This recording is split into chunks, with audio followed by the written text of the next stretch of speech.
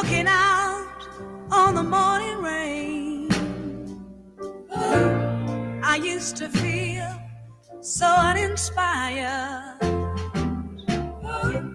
and when I knew I had to face another day, Lord, it made me feel so beautiful, Aretha. Before the day I met you, life was so unkind. Aretha Franklin.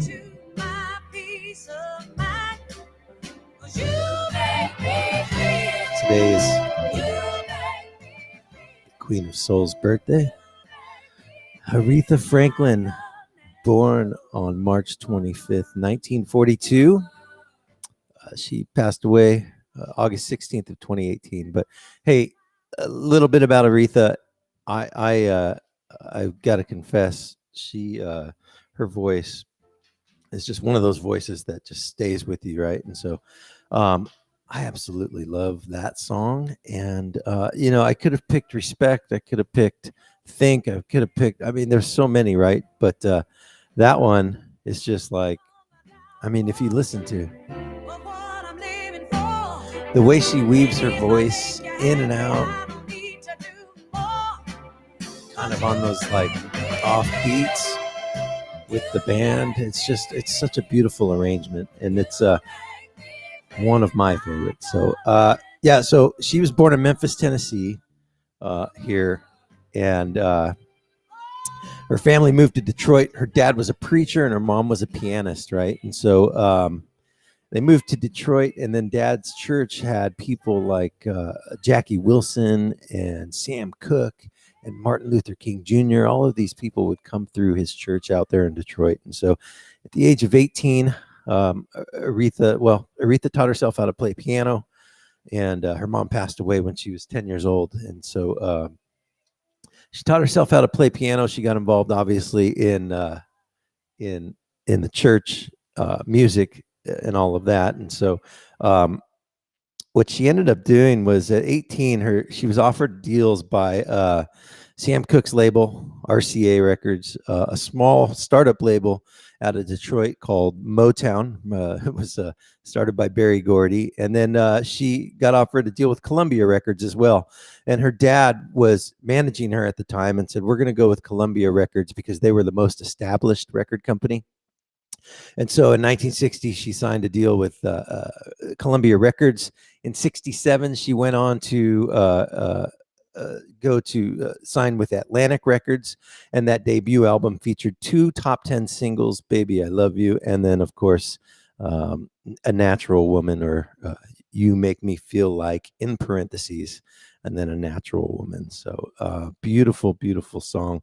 Aretha Franklin, born today, this day, March 25th, 1942. The other person that was born today that I was going to start the show off with, and then I heard it was Aretha's birthday. I'm like, okay. So it was Elton John's birthday today as well. And so Elton is, I don't even know. He was born in let's see here.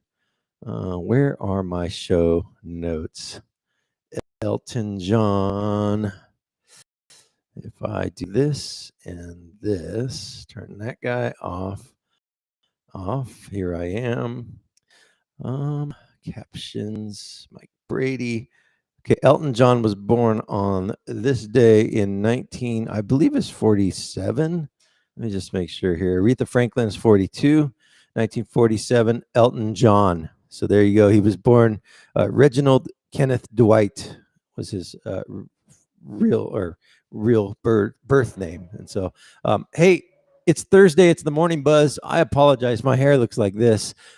I literally ran out of the shower at 6:58, poured my coffee and put my shirt on, and then got back here. So let me put my hat on. Got my Grey Wolf seller's hat on today. A little bit of a different camera setup today. I've got another camera that I'm using to operate this webcam. So I'm experimenting. That's what we're doing. We're always iterating here at the Morning Buzz. Today is Thursday, March 25th, 2021. We've got a packed show for you today. Very jam-packed. And so Let's see, where's my schedule? Here it is. Who do we have? Mr. Mack, of course, at 7:30. But before that, we've got Anthony Reed from Paso Robles Incidents in Action coming in to talk about what happened overnight, any incidents here in the North County that we need to know about. He'll join us 3 times today, 7:15, 7:55, and 8:55. And then we're going to do a little farm update here at the 8 o'clock hour. We're going to check in with Irish Oaks Ranch out at the farm. They're going to give us kind of a North County farming update and tell us what's going on with them. At 8:20, we're going to have the girls that host the podcast, Voices from the Nest.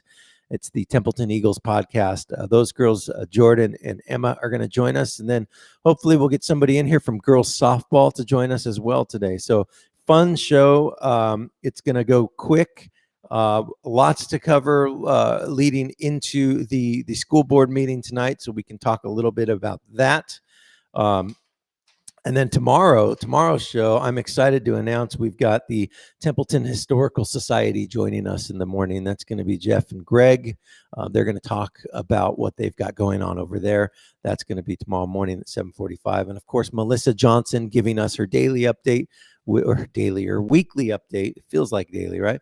Weekly update with the Templeton Parks and Rec. She's going to join us tomorrow. And then we're going to check in with an old friend, somebody that I consider pretty darn near close to family to me. I've known him since I was 11 years old. Mr. Mikey Brenler. Mike Brenler is the gentleman that you know and love, who puts out all of the beautiful photographs of the Templeton Eagles football team. And then also other sporting events as well. He's over the past few years gotten really into his photography and the idea of capturing our children out there playing the sports that they love. And so Mike Brenler is going to check in with us, talk about his passion, which is photography, and his love, obviously, for the Templeton Eagles. And so we'll check in with him tomorrow. And then I've got Shauna Soltero coming in to talk about a virtual Easter egg hunt. And also maybe a boys soccer update. Yeah, so lots going on to finish out the week. In case you missed the show yesterday, just to recap real quick, we had Aaron Asplund on and Andy Burnett. They were talking about the school board meeting that's tonight. And there's a common misconception with these school board meetings, right?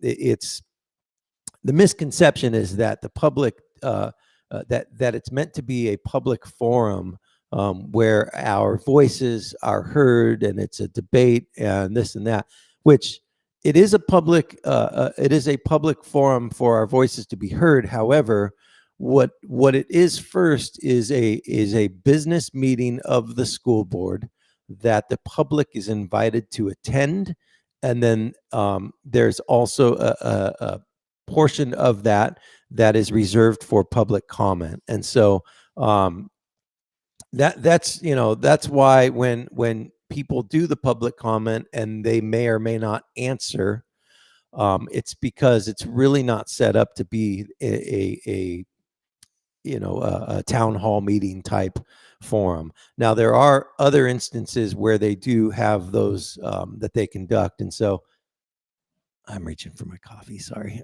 As they do those, obviously they'll make those announcements to make sure that everybody is a part of them. But so it's a publicly attended school board district meeting where they have a set agenda of items that they're going through. So that being said, they encourage the community to voice their opinion. And so sometimes the opinion comes in the form of questions. Sometimes it just comes in the form of opinion. And so that's always welcome. And in fact, so today at 6:15 is that meeting. And so pulling up my board of trustee notes, boom, boom. I'm going to drop the link in the chat. And so this is where you can find the information for the school board meeting. It doesn't look like they've posted the Zoom link yet, but on the page that I just posted in the chat, it shows you on the far right hand column. Let me share my screen so you guys can see what I'm talking about. So on this page, if you scroll down a little to the right, you'll see, okay, here's a link to go to the agenda. Right here, they're going to post the Zoom link. It says check back 325, which is today, which they'll probably post it here in the next few hours. So there'll be a meeting ID and a passcode for the Zoom.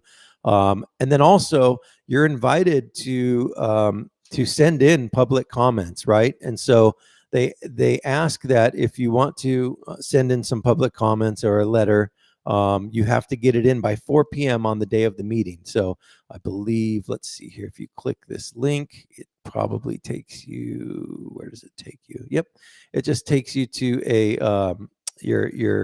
it's an email address, right, that you send an email to. It's board@templetonusd.org. And so that is that's if you want to send public comment in. They ask that you keep it under 450 words or a speaking length of 3 minutes. And so you have two opportunities to get your voice heard throughout those meetings. And one of them is in the form of email letter sent in by 4 p.m. the day of the meeting. And then also attending the Zoom meeting itself and raising your hand on the Zoom link. There's a little button that says hand raise. Raise your hand on that, and they'll call on you during the public comment section, and you'll be able to speak for 3 minutes about whatever you want. And so that's something that's really cool. It's a nice setup for us. Assemblyman Jordan Cunningham, also parent of Templeton Eagle kids, posted last night, hey, please consider Zooming into the school board meeting tomorrow evening. The CDC and state have revised the guidelines, potentially opening the door for more kids to return to in-person instruction.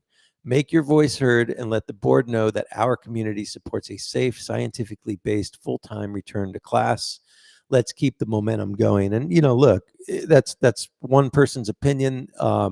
There's a lot of people that share that opinion, but there's also other opinions as well. And so I certainly don't want to use my platform, this platform that we're creating as a community, to be one-sided. So, I open this platform up for anybody to voice any opinion. And so Jordan Cunningham voices his opinion publicly. I'm just reporting it. But, the school board does want you to voice your opinion. They ask for public comment. And if you watch the interview, which is posted on the Facebook page, Morning Buzz, if you watch yesterday's interview with Aaron Asplund and Andy Burnett, they do encourage the public to get involved in participating in those meetings. And so, excuse me, that is something that we can look forward to doing tonight. I will be... I think I will be on that meeting. My wife will probably be on the meeting as well. We've been on those meetings in the past, and so we'll keep a close eye on that. They've got a couple other things that they're covering tonight as well. Let's see here. Also, state guidelines, from 6 feet to 3 feet, and then also the confusion about or the different communication about how many people are allowed at sporting events and outdoor events and indoor events and all that stuff. Paso Robles Joint Unified School District issued their information last night, which we'll go over in a bit. They've changed their guidance, allowing more people to the sporting events. But right now it's 7:15. We're going to check in with Mr. Anthony Reed from Paso Robles Incidents and Action. Hopefully didn't have a lot of incidents overnight, but let's find out. Good morning, Anthony. How are you? Hey, I'm doing well. I just put a couple links in the chat. I don't know why it didn't read this first one. Let's see. Let me put it right there. Oh, you've got the spectator updates there for Paso. Yeah, so that one is right there. I'll get to that in a second. But if you can open up the first link that I posted. Yeah, let me see. Let me see here. Hold on. Because there's a story behind that. You make me feel. You like Aretha Franklin? Yeah, she's one of the people that I was raised listening to. So nice. she has a special place in my heart. So awesome. Let's see here. I'm clicking the link. Which link do you want first? The Paso Robles police one. The Paso Robles police one. Yeah, it's Okay. I believe it was the one I posted at 7:35, or I'm Yeah. sorry, 7:13. Yeah, I've got that one right here. I'm gonna pull it up on the screen. This guy looks like a troublemaker. Okay, so the story behind this guy is last Monday, not as in 2 days ago, but last week, last Monday, him and I'm guessing one of his friends or close associates went over to the Economy Inn in Paso Robles, which is located on 22nd Street, 22nd and Spring.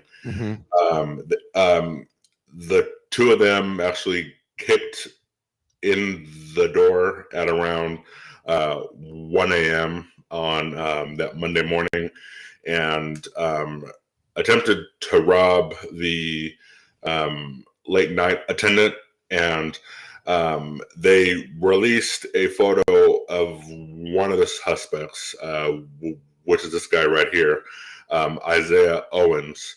Okay. He's from Paso Robles.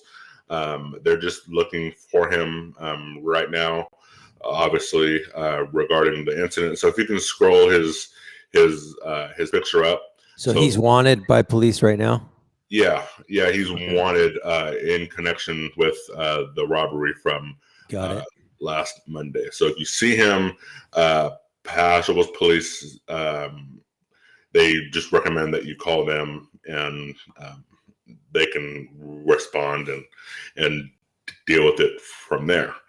So that's regarding that. So also in other news, early this morning, there was a fatal traffic collision in Santa Barbara County along the road of, I believe it was Cachuma Lake. Oh, yeah. Is it the 154?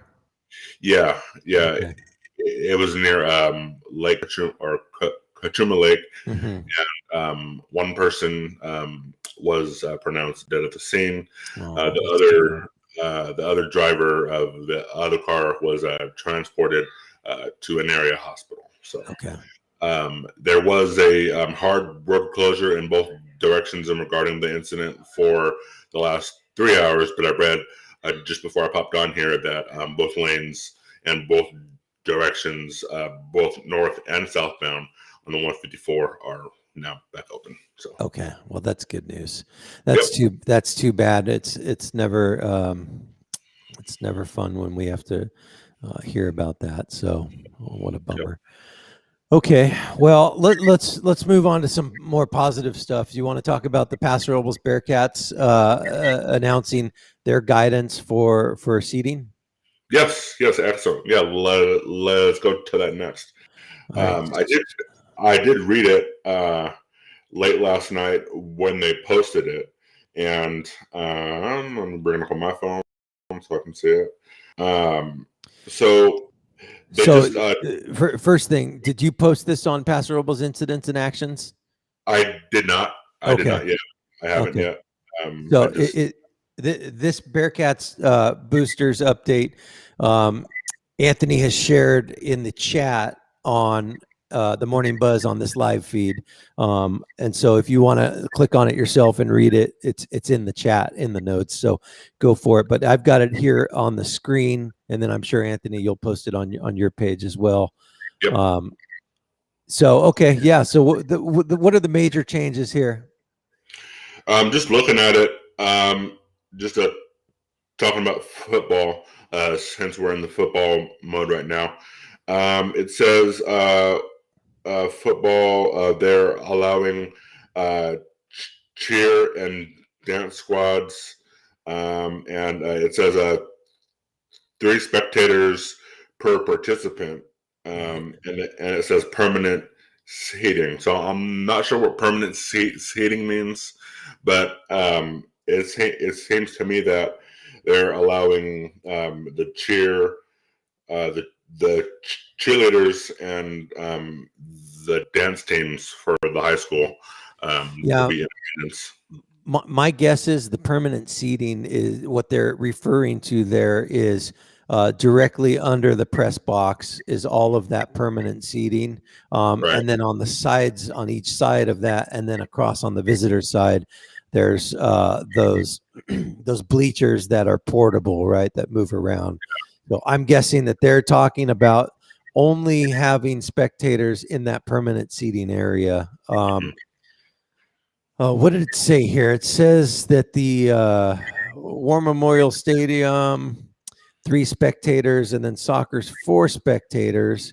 I don't see. There was somewhere where I read what they thought the capacity was for War Memorial. Was it 4,000 or 8,000, something like that? But anyways, well, okay, so this is all good news. I mean, Paso's moving forward to open it up a little more. Obviously, the big thing is the indoor sports, right? There's still no spectators allowed on indoor sports. Yeah, I'm a fan of basketball, so I was kind of more concerned about basketball. Yeah, for sure. And they haven't really said too much about that. Obviously, basketball is an indoor sport. So they haven't really said anything about that. That was one thing that I did look for on this news release, but I didn't see it. So yeah, it just says right here on the top, indoor sports, volleyball, basketball, stunt, and wrestling do not permit spectators at this time. The only personnel allowed for indoor sports are players, coaches, media, and game management personnel. Yeah. So that's we'll wait. Hopefully there'll be a change in the positive direction. We're obviously waiting for Templeton to release any updated guidance as well. So, all right, well, we'll go through this a little more. Anything else you want to catch us up on? That's all I have for you right now. Just CHP did report this also that fatal collision. However, aside that, they advised that there is dense fog throughout the state, and so they just want people to just drive safe. And if you need to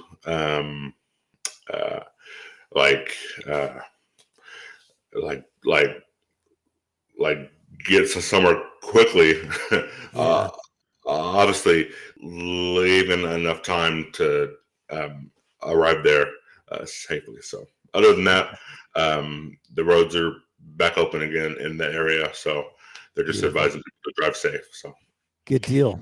All right, Anthony, check back with us at the top of the hour at 7:55 and give us an update. Anything else that might be going on? We appreciate it. All right, sounds good. Thanks. All right, that's Anthony Reed, Paso Robles Incidents in Action. It's a Facebook page that he runs. It's a public service that he does. He's been doing it for 5 years or so. And so Anthony dedicates a lot of his time to updating us with everything that's going on in the North County. If you have any incidents that you need to report, you could text him at 805-423-1541. That's Anthony Reed, Paso Robles Incidents in Action. He's got over 6,000 followers on his page and over 1,000 people like the page. I mean, it's a go-to news source for any incidents and actions that are happening in the county. So we welcome him onto the show as much as we can to get him in there to report what's going on. And so that's the incidents in action. So yeah, I mean, going back to the Paso stuff, they've got some soccer at War Memorial is 4 spectators per participant. The pool is 2 spectators per participant. Barnhart Field, which is the baseball field, 2 spectators per participant. Seating and standing room in the area behind and between the dugouts. Other spectators can sit in personal seating and stand along the right and left field lines. Softball field, 2 spectators per participant. Same thing. Bring your own chairs, socially distanced along the left and right field lines. Tennis courts, 4 spectators per participant. And the golf course right now is not, the golf course management does not permit spectators. And so, which is interesting. I'm supposed to go watch a friend's daughter play golf tomorrow on Saturday. It's a junior golf tournament there at, I believe it's at Paso. So maybe I won't be able to go. I'm not sure. I'll have to check into that. Paso does say all spectators at PRHS athletic events are required to wear appropriate face coverings and practice social distancing. Paso Robles High School reserves the right to remove any spectator not adhering to these COVID mitigation practices or any Greyhound fans. Wow. They actually put that in the news release. They are saying they're removing all Greyhound. I'm just kidding. It doesn't say that. But back in my day, that would happen. We would not allow those Greyhounds onto our turf. Just kidding. I have a lot of good friends that are Greyhounds, and I believe actually Jordan Cunningham's even a Greyhound. Wow, that's one Greyhound we like, I guess. So it's yeah. Paso's got their guidance. We're putting our guidance. We've got our guidance out already, and we will see tonight. It's a topic for discussion if that guidance will change. Again, Jordan Cunningham's big push, and a lot of the Templeton Unified School District parents' push is consider Zooming into the school board meeting tonight, 6:15. The CDC and the state have revised the guidelines, potentially opening the door for more kids to return to in-person instruction. Make your voice heard and let the board know that our community supports safe, scientifically based, full-time return to class. Let's keep the momentum going. Okay. Yeah, one thing throughout this last year that I cannot relate to is anything scientifically based. I'm not a science guy. I never was. It doesn't make any sense to me. You were supposed to take 2 science classes in school. I think I took 2. I just don't remember what they were, which I remember the teachers, but I don't remember if it was earth science or life science or biology or what. But nonetheless, the teachers were phenomenal. The subject matter was way over my head. Mr. Mack, how are you? You don't teach science. Oh, I got no volume for you. I got no volume. Testing.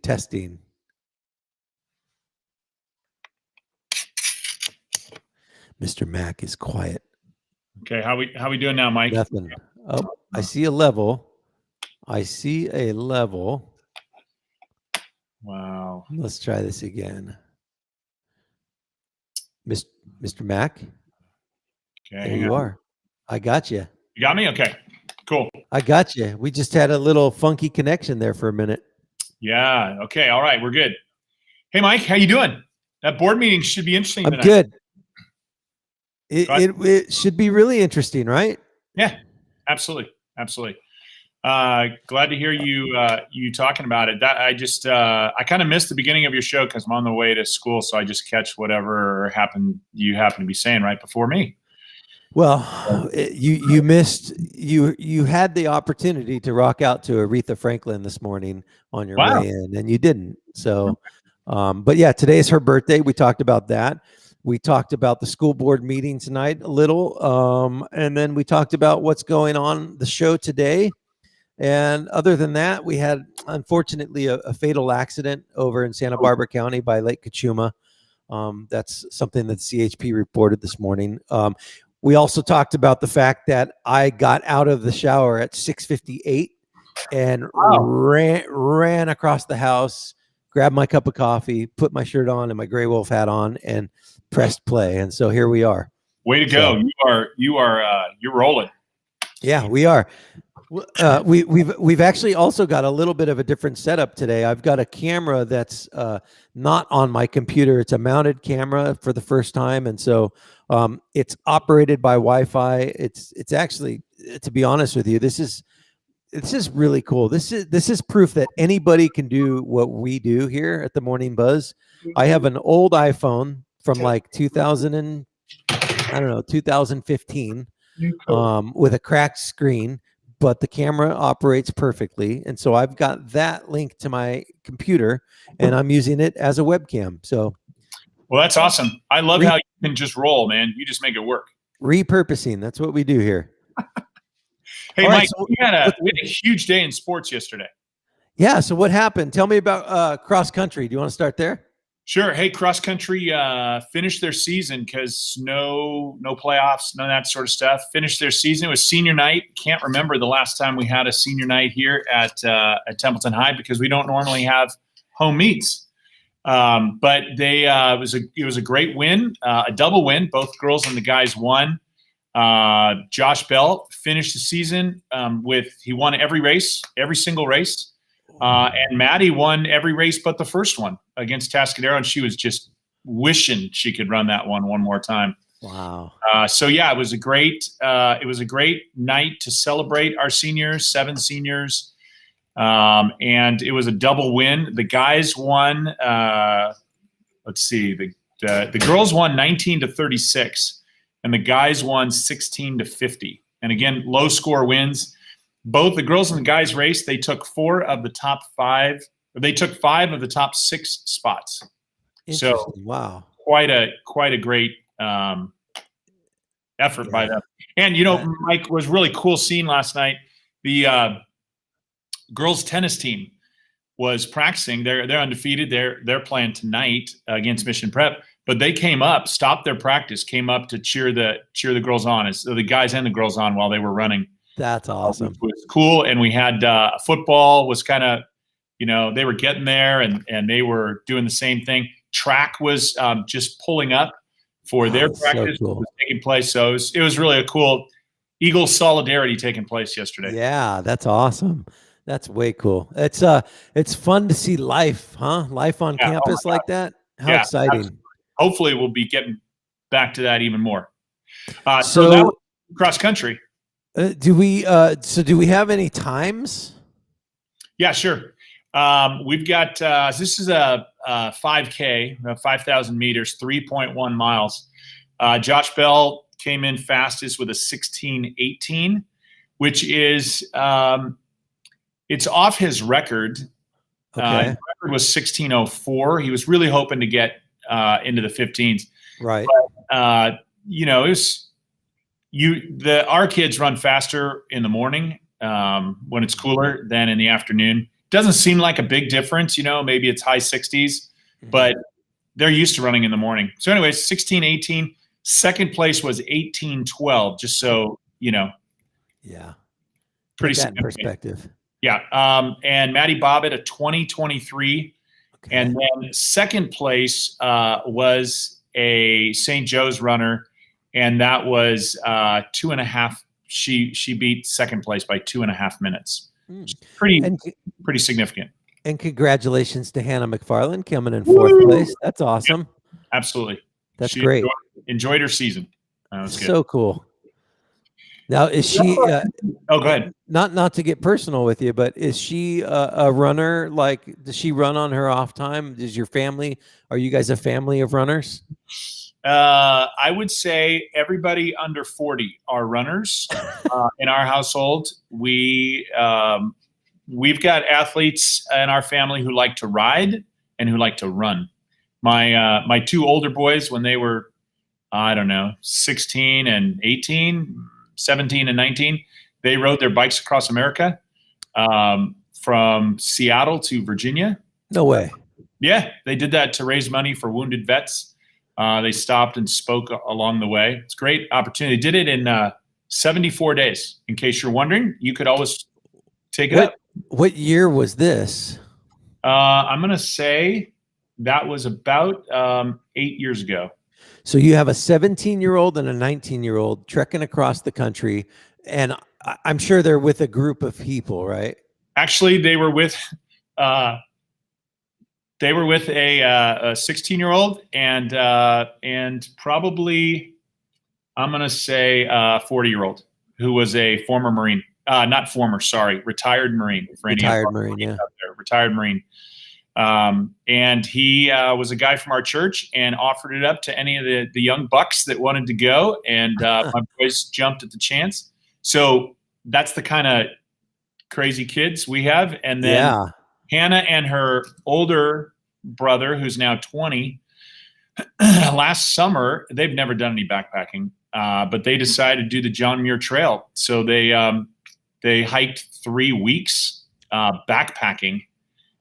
Wow. Yeah, crazy. So, running 3 miles, it's not fun, but, I get nervous when my kid goes to the grocery store. I'm like looking at my phone to check where he is. Like, I hope he's okay. I hope he's 74 days across the country. That's wild.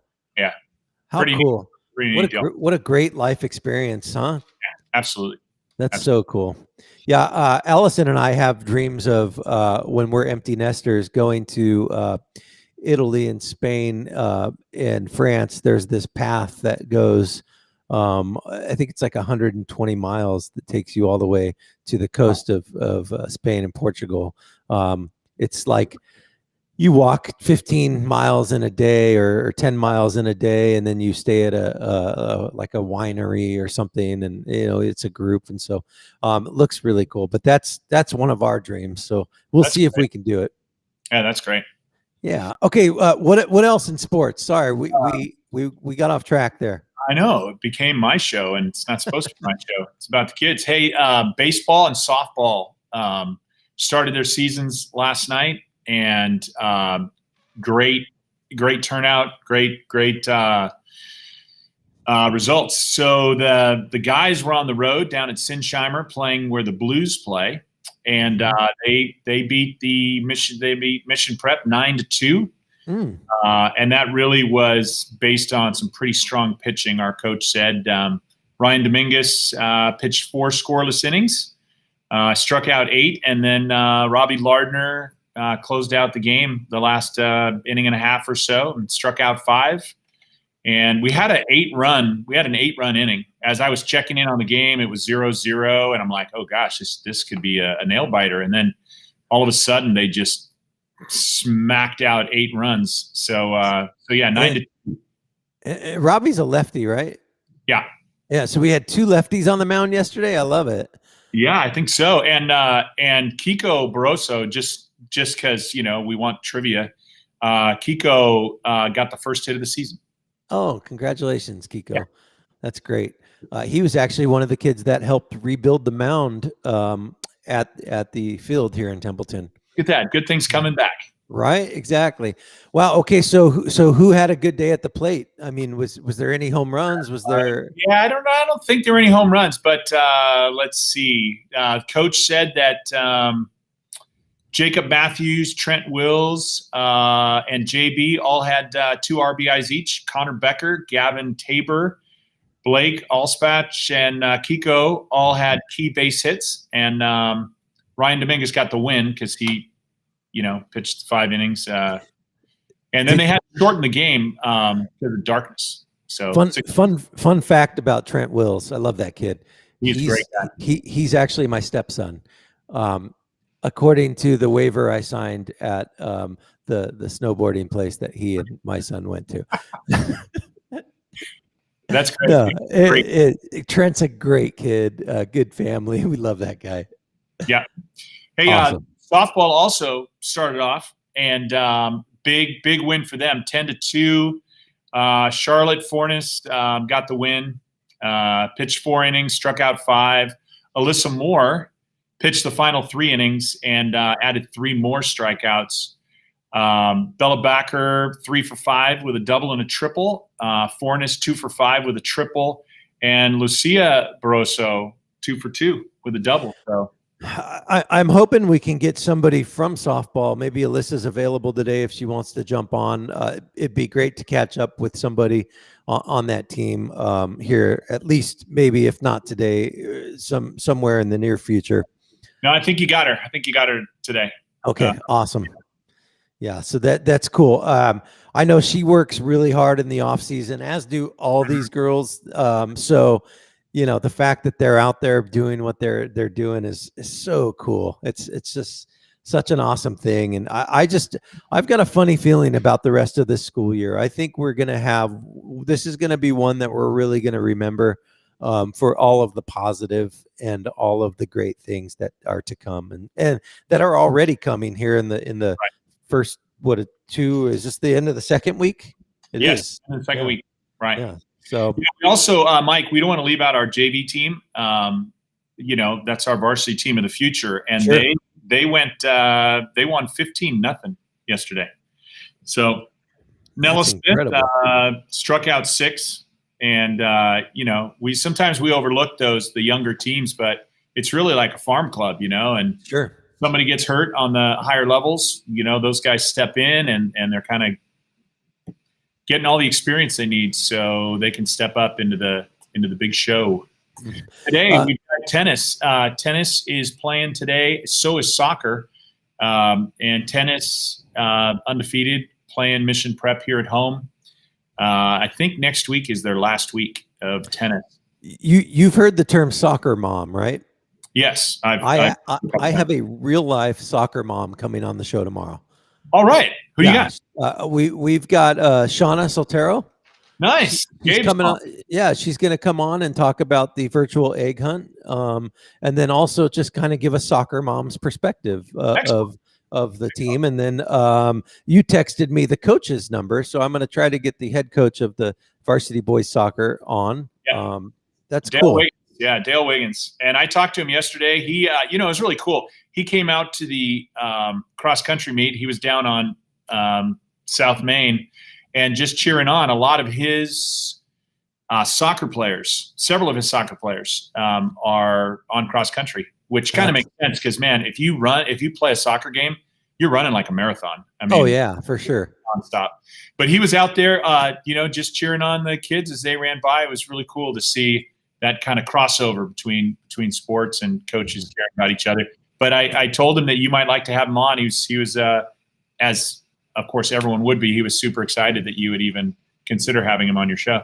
Yeah, I mean everybody's just waiting for me to call him, right? That's what I've heard.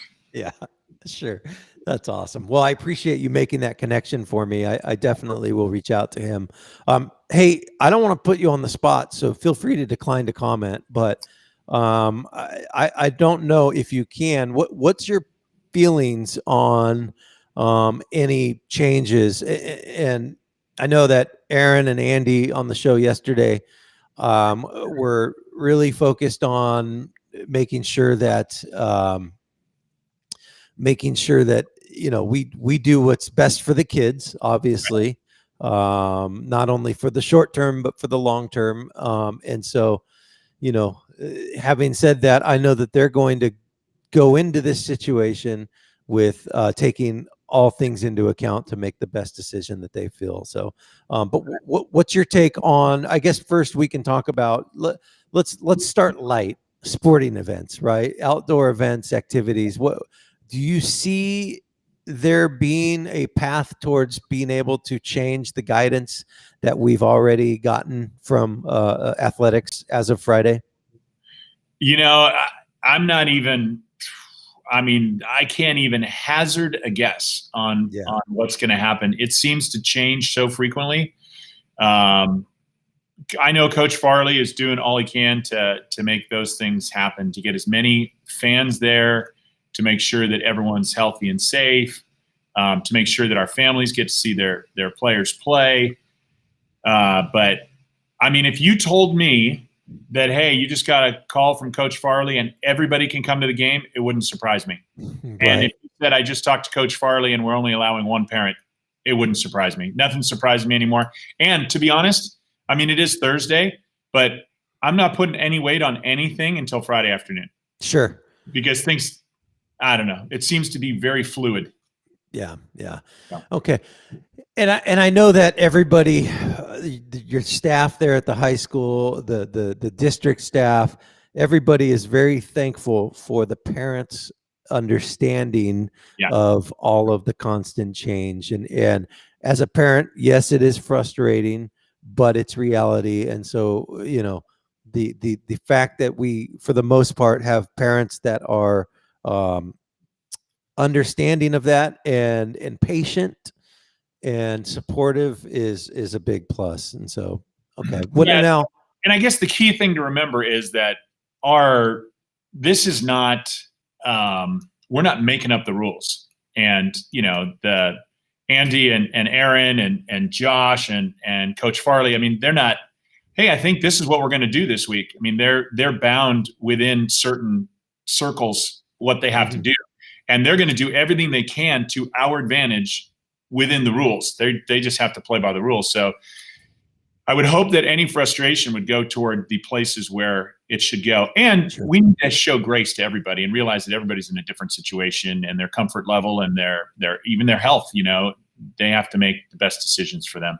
Yeah, no, absolutely. And it's interesting because, everybody does come from a different place on the topic of COVID and what's safe and what's not safe and what's science and what's not science. And, so we forget that, right? We think, why doesn't everybody share my opinion? Right, exactly.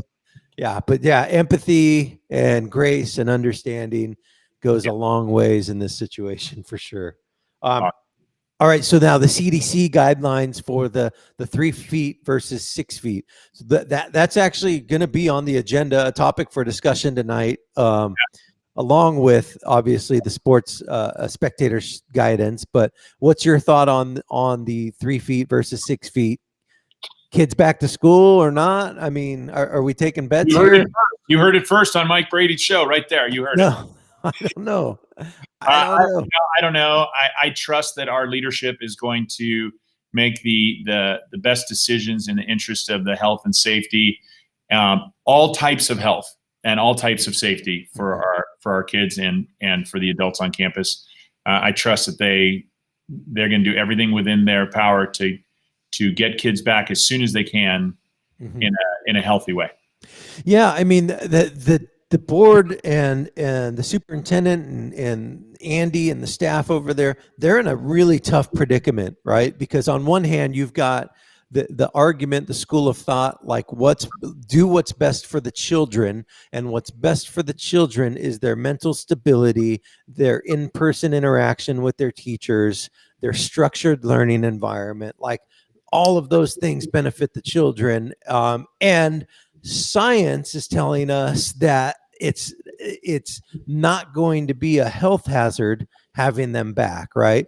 So that's the one hand. That's one argument. The other argument is, here we are changing again this close to the finish line. It's going to disrupt and disrupt this established pattern that we've gotten into in the last 2 weeks, and it's going to take some change, and it kind of throws us off track from moving forward towards a long-term solution. And so you have to balance those two things and then make the best decision. And then at the end of the day, 40% of the people are going to think you made the wrong decision. Yeah, I don't know if it's going to be that high, but I'm going to just leave you with this thought, Mike, because I got kids coming in. Every kid I've talked to, and I don't have every kid, but all the students that I've had on campus this week, I've asked them, hey, how's it feel to be back? And all the ones that I've had have said it's been great. And it's the learning that they're used to, even though it's been away for a year. It's the learning they're used to, and it's the life they're used to, the life on campus. So, yeah, Mike, I got to go. But hey, great talking to you. And it's going to be great. So I've got a few of your students on today at 8:20. Yep. I've got the girls that host Voices from the Nest. Yep. And then at 8:40, we're going to get Alyssa on. So I appreciate you setting those up for us. You bet. All right. Have a great day. All righty. Take care. Yeah. All right. That's Matt McFarland. He's the activities director and the ASB advisor for Templeton High School. Matt runs a fantastic program, making sure that these kids have the best high school experience possible. What a fun job, man. If I was disciplined enough to actually go to college and get a degree, and if I really liked being around teenagers a lot, I would love his job. But so there's that. Cynthia says, which item number on the agenda, or is it only in the public comment? Cynthia, I'm guessing you're referring to the sports spectator guidelines and the CDC ruling for the 3 feet versus 6 feet. If you look on the, let's see here, where did I put that? If we look on the Facebook page, The Morning Buzz, and scroll down, I posted yesterday the pictures of the agenda itself. And so I'm going to pull it up and see if I could find it. Number 1 is roll call. Number 2 is public comment on closed session. Agenda items. Closed session regards to, no, that's not it. Bear with me. I'm just scrolling through. Okay.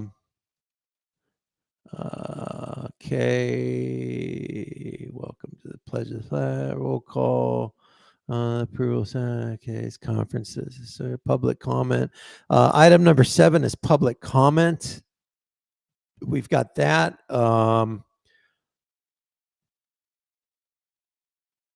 I don't see it, but if you go on and scroll through, okay, so item number 12, instruction 12.2 is California Department of Public Health updated guidance on spectators and Centers for Disease Control. Okay, so it's a presentation discussion. They're estimating at around 6:55 that is going to take place. It's the item number 12.2, Cynthia. So I'm assuming that's gonna be where they do that. But you can find all that information on the website that is in the chat link. Let me drop that in the chat link again.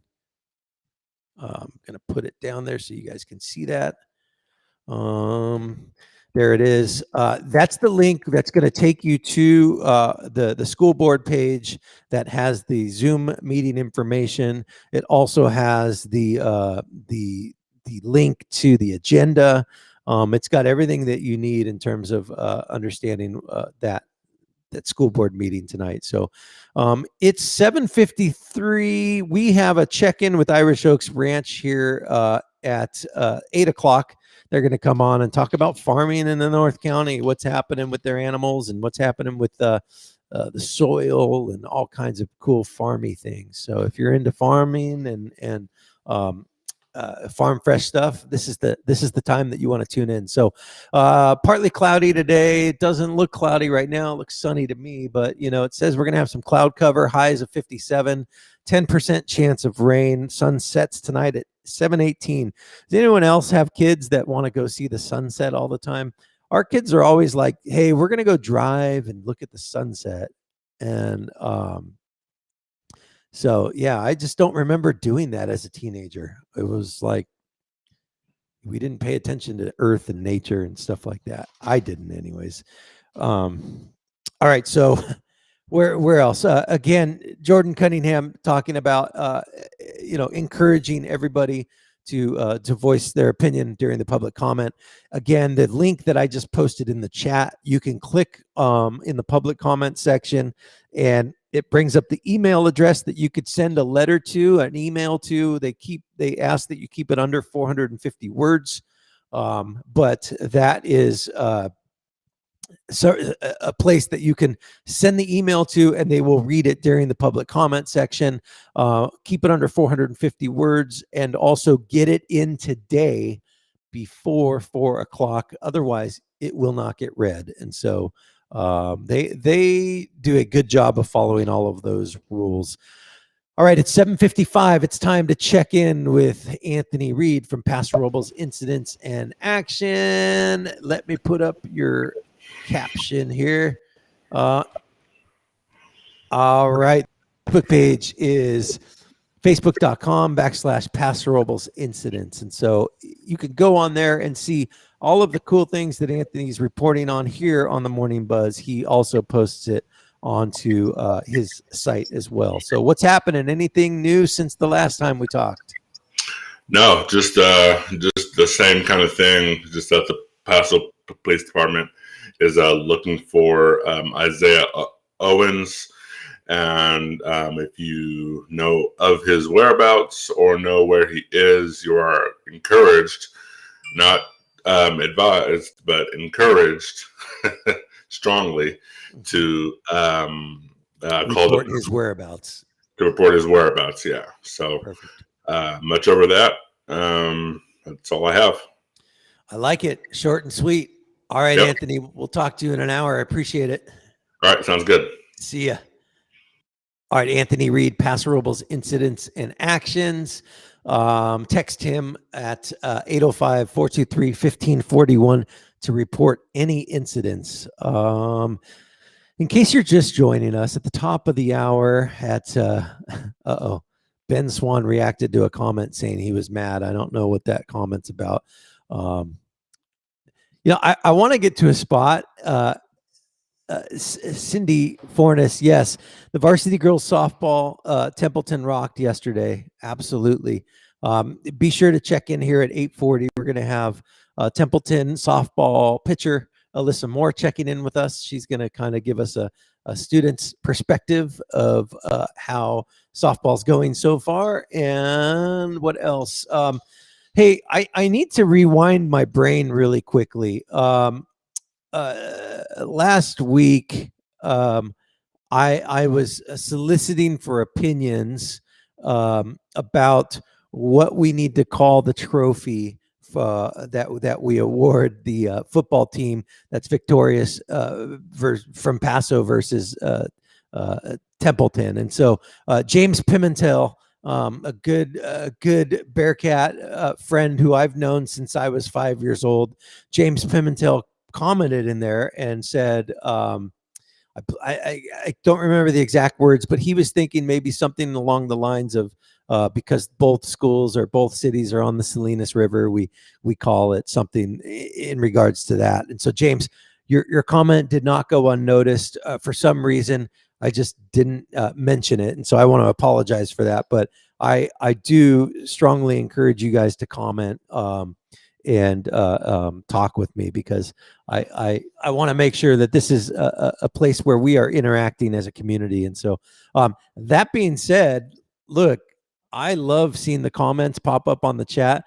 I also would love the opportunity to invite you guys in to share the screen with you. If you're in a place where you've got clothes on and you're halfway presentable, like, so if you do want to join in to the conversation via the live stream link, just all you got to do is send the chat. Ben says he's not mad. He was driving in, listening, and he did a butt tap. All right. Well, looks like you need to trade in your skinny jeans, Ben. Just kidding. I wear skinny jeans. I love skinny jeans. So yeah, I would strongly encourage you guys to post in the chat if you do want to come on and talk and share some opinions and thoughts and share the screen. This is a community-based show. So 7:59, Matt Garrett from Irish Oaks Ranch is going to check in with us, and him and his family run this place called Irish Oaks Ranch. I guess you'd call it a place. But then they also have another place that is a mercantile in Atascadero. They opened up last month. And they have been in the business of selling farm fresh meats, selling goat's milk soap, and then most recently, his daughter is now manufacturing lotions and lip balms and stuff like that. And so it's a family affair over at Irish Oaks Ranch, and let's welcome him on to the show right now. Matt, are you there, sir? I'm here. I was early before. That's all right. It looks like you're out on the farm. Yeah, I am. Let's see here. Is this this is better? All right, perfect. Yeah, so we're here on the homestead, if you will. So this is Irish Oaks Ranch headquarters, west of Atascadero, and we're in a little valley called Paradise Valley, which I didn't name it, but it's a pretty fitting name. So yeah, so we'll just kind of give you a quick tour. My handy helper here, if you can see him behind me, Mr. That's Aiden. awesome. What's So up, yeah, Aiden? so we generally feed about this time morning, so it's a good time for me to kind of show you what we got going on out here. Yeah, please do.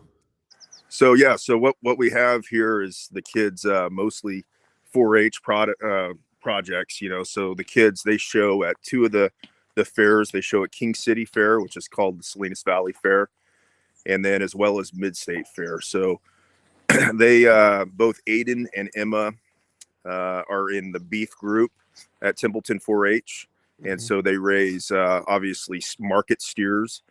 They show them, and then you know, somebody from the community will buy them, and then they also raise heifers, bred heifers, so they're pregnant females, and usually some of the local cattlemen will seek them out and buy them to add to their herd. So yeah, that's kind of where we're at here. And see if you can see, these are the market steers. So every day they come out and feed them on a regular schedule. Then they put a halter on them and walk them around. They make them really tame so they could show all their characteristics, how they're developing muscle and that sort of stuff. And then the heifers, we kind of have a unique thing. We don't really tame them as much because what happens, you want to come in here, Aiden? I'll have Aiden come in here just in case I get attacked. So these heifers, we like to keep them a little bit more wild, if you will, primarily because if they get too used to human interaction, when the rancher gets them, they're just a pain in the rear. Mm-hmm. And when I mean pain in the rear, they're by the gate every morning hollering for food. So the cattle ranchers generally don't like that. So we kind of raise them for the actual end producer. And we want to make sure that the kids are doing it right and that they get a good name out there. Okay.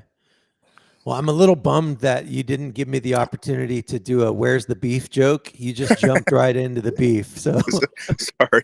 Yeah. Well, next we could show you kind of the goats. At any given time right now, Aiden, how many animals do we have here right now? So we have like probably 14 mammals here right now.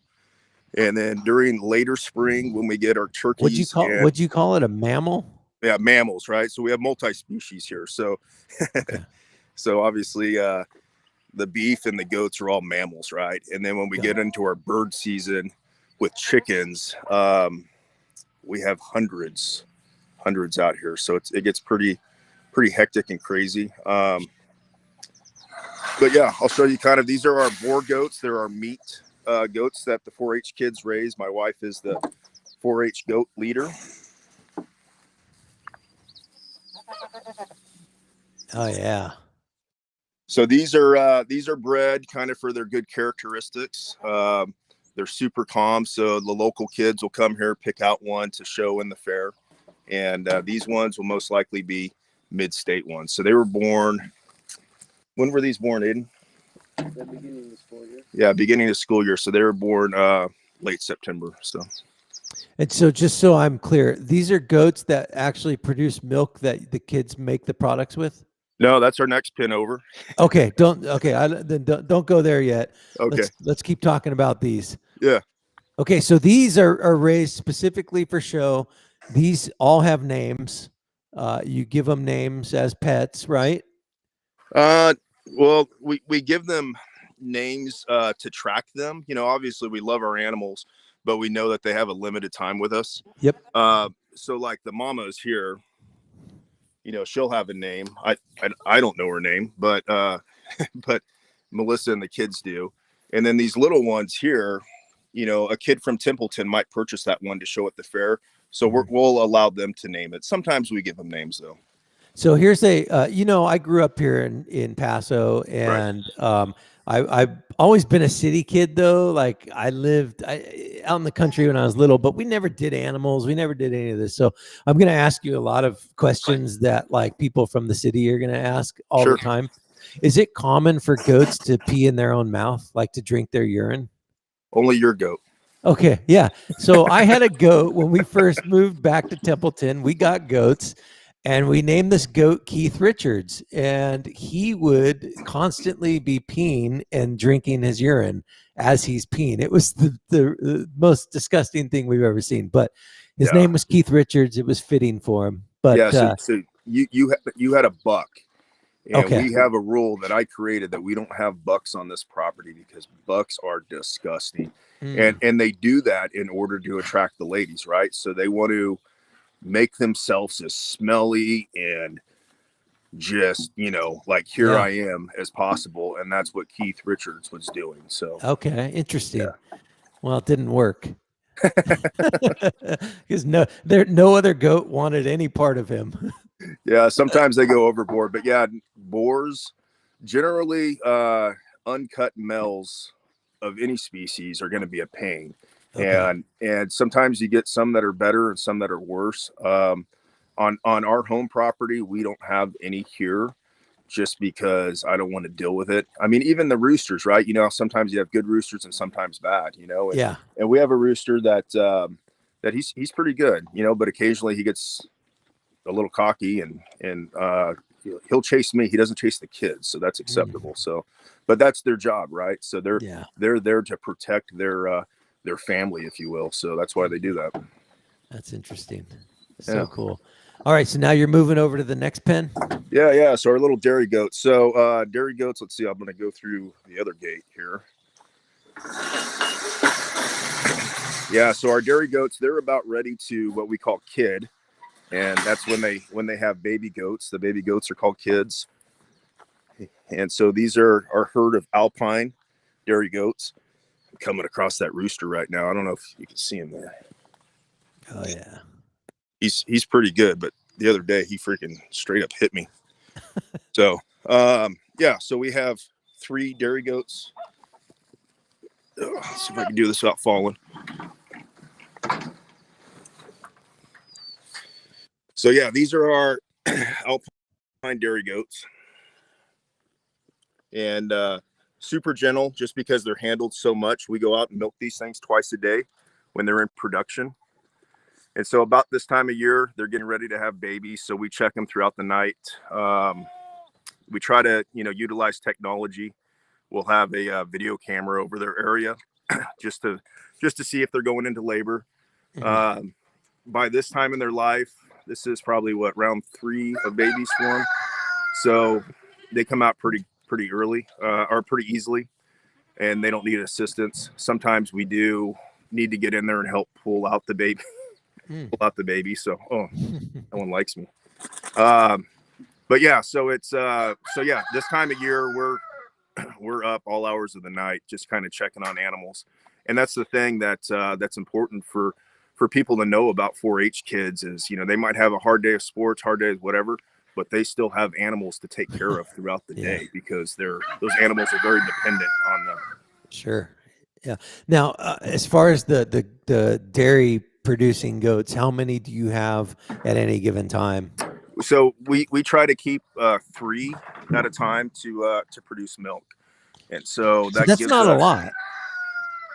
It is for us. So we don't produce milk to sell directly to the public. We produce milk to craft products with.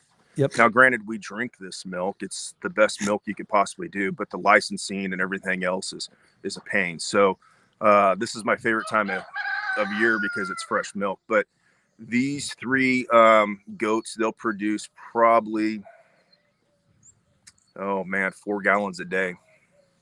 Each or together? Together. Okay. Yeah.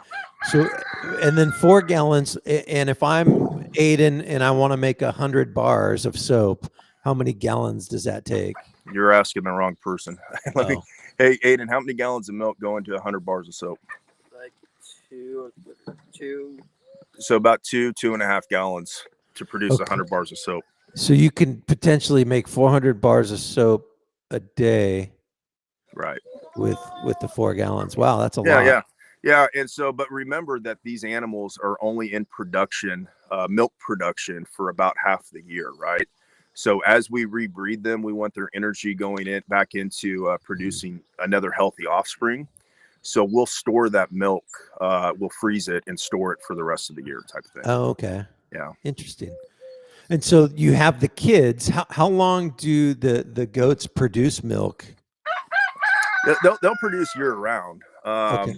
Yeah, But is it we- like a 4 years or 10 years or Oh, they'll produce 10 plus years. Yeah, yeah, no a good. kidding? You know, that's the funny thing is when Aiden and Emma show these dairy goats, and what they're judged on is their udder, is their body type, and because when you're investing in one of these animals, you want it to last a long time, right? So they'll judge the udder on the shelf and all these different things to make sure it's going to last throughout the year. Well, I've never had an udder on a shelf before, but would probably. I'm just kidding. I was going to make a joke. Yeah, that's the shelf. Yeah. So this is kind of in a nutshell. We also have chickens, and then certain times of the year we'll bring in our regular beef cattle that we produce for the public. It just makes it easier to kind of manage everything here. Yeah. So right now at the Mercantile in town there in Atascadero, you can go in and order beef, pork, lamb, and poultry. That's correct. Right, chicken. And you've got the board that's advertising it. We can also go on the website. Is it IrishOaksRanch.com? Is that That's the correct. website? Yeah. The website's a little. It gives a lot of info. We're in the process of setting it up to kind of what meats we have in stock, and then another thing we're teaming with a local startup called Harvestly. And have you heard of Harvestly? I know. Well, maybe on one of these shows I'll get the guy. Pretty interesting. A couple of college kids from Cal Poly started this up. It's essentially like Uber Eats, but for farmers markets, if you will. So they kind of have a co-op of local producers of vegetables, fruits, handmade products, breads, and then we are one of the meat producers on there. And what they do is you order what you want, and then they deliver it to your house. So, jeez, these dang kids, man! I swear, when we were in college, you know what we were thinking about? We were just thinking about parties, right? I know, man. It's these guys. They're pretty squared away. The one young man I've been dealing with, Lars, great guy. He's from Texas. He's actually he was born in Holland. His family are I guess Danish dairy farmers. Yeah. And so they immigrated here when he was 4. Great work ethic, total good values, and those are the type of people I like working with. So that's incredible. Yeah, please do get them to talk with us. Would love to hear their story and see what you guys have going on in terms of your partnership. But yeah, so Aiden and Emma, they're no slouches themselves. They started these businesses going, well, Aiden's probably going on 4 years now, 5 years. Yeah, professionally 4 years. I think he started it 6 years ago, but that was more as a hobby. But yeah, professionally he's been selling for about four years.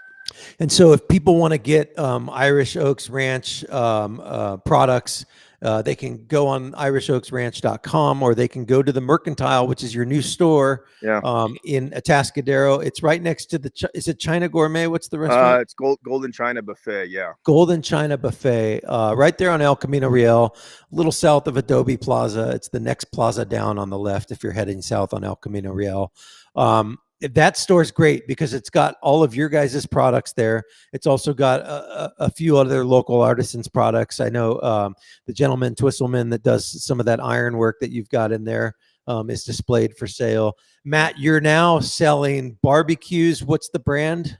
It's Green Mountain Grills. So yeah, they're mostly smokers, but you can obviously grill on them as well. They have a really high temp. Yeah. So I saw you post the other day the Green Mountain Grills that you had sold. I think you sold 20 of them or something ridiculous. Yeah. So it was kind of a crazy deal. So being a meat producer, I wanted to kind of enhance how our customers, eat, their experience, everything else. And so I teamed up with Green Mountain Grills, which is a local American, made company.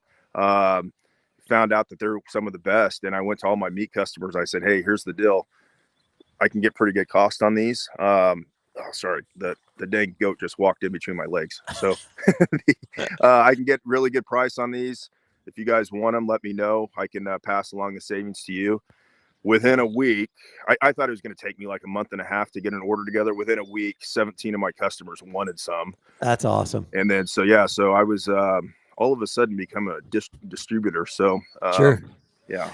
And so they've got grills or smokers. They're pellet smokers. They've got smokers that range from like $499 ish all the way up to $2,500 or something. But yeah, though, I mean, the one that I saw that you sold the most of were about, I don't know, $800 or $900 or $700 or $800, right in that range, right? Yeah, that's the retail cost. And so obviously, you know, I'm a stupid businessman, so I don't sell anything at retail. So right.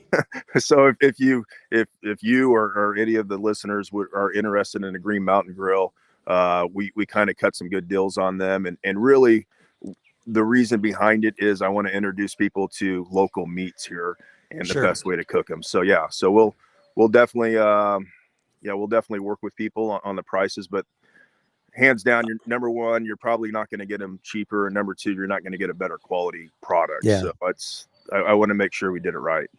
I smell a gift pack. You got the grill and like a $500 meat pack. Like, that'd be something kind of cool. Which, by the way, I'm also in charge of rounding up donations for the Heritage Foundation virtual auction. So we may have to talk about putting together a gift basket for that. That'd be kind of cool. Yeah, awesome. Yeah, we love it. In the past, we've done some awesome gift packs for the FFA and local 4-H. Right now, we're doing a fundraiser for one of the firefighters with my department that he's battling cancer right now. So we're going to do a big giveaway there. That's what we're all about. You know, I love giving back to the community. It's a feel good. It's good business. It's good karma. So yeah, man, it's not only that, it's our responsibility, right? Absolutely. As part of the community. Yeah, exactly. Absolutely. So yeah, when the time comes, hit me up. We'll figure something out for sure. Awesome. All right. So with the limited time that we have left, what do you want to leave us with? Obviously, we want you guys to support local. Go down to the Mercantile, buy the soap, buy the lotions, buy the meat, whatever you want to buy. But Matt's farm, the family's farm, is on the west side of Atascadero. Don't hold that against him because it's Atascadero, but all of the meat that you're buying when you buy from Irish Oaks is raised right here locally, and it's raised with love. Obviously, as a family, it's a family affair, and so pretty cool that you can open up the door or pull back the curtain and let us see what you guys are doing, and you know. It's like one of those things where you can order and go to the store and buy the meat, but like to actually understand where it's coming from and the people behind who's raising it. Yeah, that says a lot for the product, right? So yeah, absolutely. And I think that's what I'd probably leave people with is go out, introduce yourself to the local farmer, because that's what encourages us to do what we do.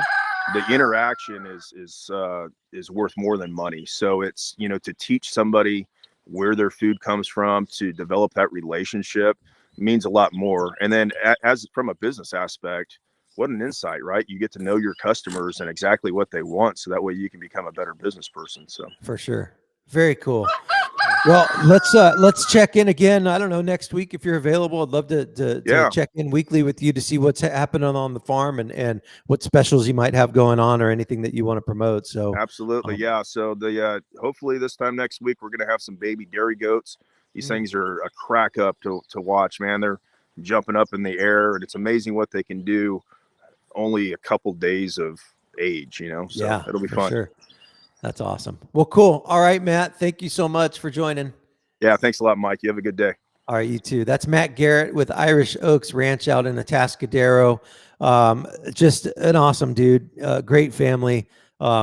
Raising his kids. They're entrepreneurs that are just out doing something positive and productive, and learning how to be successful and learning how to fail and learning how to learn from their failures and all kinds of stuff like that. So really cool to see kids, teenagers doing stuff and just going for it, right? Just trying different things and experiencing life and experimenting. So with that being said, speaking of two girls who are trying things and doing things, good morning, girls. How are you? Hi, we're good. How are you? I'm good. Okay, Jordan and Emma are the hosts of the podcast Voices from the Nest. You could find it on, I listened to it on iTunes, but it is on Spotify, right? Yes. Yeah. And I'm sure Amazon and basically anywhere where you listen to your podcast, you could find Voices from the Nest. And so, okay, which one's Jordan? Which one's Emma? I'm Jordan. And I'm Emma. Okay, awesome. How are you girls? We're good. We're happy to be on here. Yeah, thanks for having Very us. cool. Yeah, thanks for joining me. So we'll talk real briefly about like what it's like to be back at school. And I know you talked about it on your last podcast, so we can dive into that a little, but I really want to pick your brain on podcasting in general, because I know that you guys have a passion for it and you do it not only for the school, but you do it personally. And so we could talk about, I want to kind of dive into the nuts and bolts of how you guys set that up and all that fun stuff. Okay. So here we are almost 2 weeks into being back. What's it like? It's just nice to be back at school. And I think, even going 2 days sucks a little bit. It's a great way to kind of inch your way into it because it's definitely different. Our normal kind of became unnormal. Yeah. Sure. So when you're staying at home for the year, are you mentally thinking, I can't make my brain think that this is normal because I know we're going to go back. So I'm just going to keep pretending that this is like, and then all of a sudden it's a full year that's gone by and you're like, holy crap, that was normal. Now it's normal. And now we're back at school and it's not normal, right? Exactly. Yeah. Yeah. So wild. So, okay. So I heard that the kids are starting to loosen up a little. Everybody's kind of getting back to some type of normalcy, right? Yep. I think we're getting, used to it. And like anything, I think you just adapt eventually. Yeah. Sure. Yeah. And besides podcasting, are you girls involved in any other activities through the school? I did swim and I played tennis, but I chose not to this year just because it conflicted with other stuff. And but I know that they're all doing super great right now, and it's so exciting that they're back. And I definitely want to like go check out a couple of their matches or meets if they'll let us. Yeah, for sure. And then I just basketball. Basketball? Yeah. Nice. Are you playing this year? Yeah, hopefully we're starting practice soon, but I haven't really heard anything about games or anything. I think because it's indoor, it's a little bit more like on the skeptical side of are we going to do it, are we not? But we'll see. Okay. Well, yeah, let's hope that you guys do get a season. That would be fun. And I do know that they're going to be streaming all events in the gym. So that's exciting. So people can actually watch you guys. It'd be kind of like watching a practice though, because there's not going to be any spectators there, right? Yeah, for sure. All right, so let's talk about the podcast. What motivated you guys to start Voices from the Nest? Is that something that you pitched to Mr. Mack and said, we want to do this? Well, so actually it's funny. Mr. Mack had reached out to us and he had listened to our personal podcast that we had done. And he reached out and was like, would you guys be interested in doing something for the school? And we're like, yes, for sure. That sounds like a great way to be involved. And especially now with, the coronavirus, I feel like it's so important for everyone to just kind of connect, even if it's virtually. Absolutely. And so did you, so how did you guys get into podcasting? I think we're just, we're chatty and we think we're funny sometimes. So we were just like, let's just make our own personal podcast. I don't think we really expected a lot to come from it. It was just something we wanted to try. And obviously it's like a new set of skills you can learn. So we thought that would be cool. So yeah, we just decided it's something we haven't done before. We had the time because we're all in quarantine. So we gave it a shot. Yeah. And now are you guys friends outside of the podcast? Like were you friends first and then you decided to do this as a project? Yeah. Yeah. That's We've cool. been friends for like 4 Since years freshman now. year, Yeah. yeah. So. Okay. And so your personal podcast, how long have you guys been doing that? Almost a year now. Mhm. We started last like March or April. So Yeah. Oh, wow. yeah. Very cool. And so tell me were you guys doing it virtually, or were you doing it in a setting together for the most part during quarantine? How did that work? We'd go on walks every day outside, and then so I think we kind of started being more cautious around each other, and then we'd wear masks, and then I think eventually we just spent so much time together that We just decided to do the Yeah. podcast. Yeah. Yeah, very cool. And so, what's your setup like? Is it 2 microphones? Is it 1 microphone? How do you do it? So Jordan has an empty room in her house, so we changed it into like a podcast room. So we have like a couch, and then we have a microphone, and then we just like have our computer, and it's perfect for us, and it works really well. And so, do you guys film your podcast too? when we first started our personal one, we did a couple times, but we didn't really have anywhere to put it. And I don't think we really weren't looking to YouTube or anything like that. So not anymore, but we did at one point. Yeah, when I started mine, because I have another podcast that I just started. I was filming it for a minute, and I just couldn't get the film quality to be where I wanted it to be. And the sound was good, but it was because I was running the sound through the computer. And the film quality, the lighting. I mean, there's so many different things that go into filming that you don't think about. And so, yeah, if you turn out a product that doesn't look good, but it's a great podcast content wise, you're like, crap, do I put it out? Do I not put it out? But Exactly. That's how we felt. Yeah. so what's the name of your personal podcast? It's called Trainwreck. Okay. Yeah. So we just kind of talk about like friendship, just like how we're doing in life. We talked about us going to college and, us being seniors. There's just, I don't know, just teenage stuff, I guess. Yeah. Yeah. So what are your plans next year?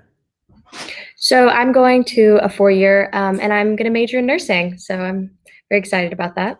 Fantastic. I'm supposedly going abroad. Obviously, it's a little up in the air with COVID, but as of right now, I'm going. So hopefully, we'll see though. Oh, fun. Well, that's going to be a life experience that you'll never forget if you get to go, right? 100%. Yeah, I'm super excited. So cool.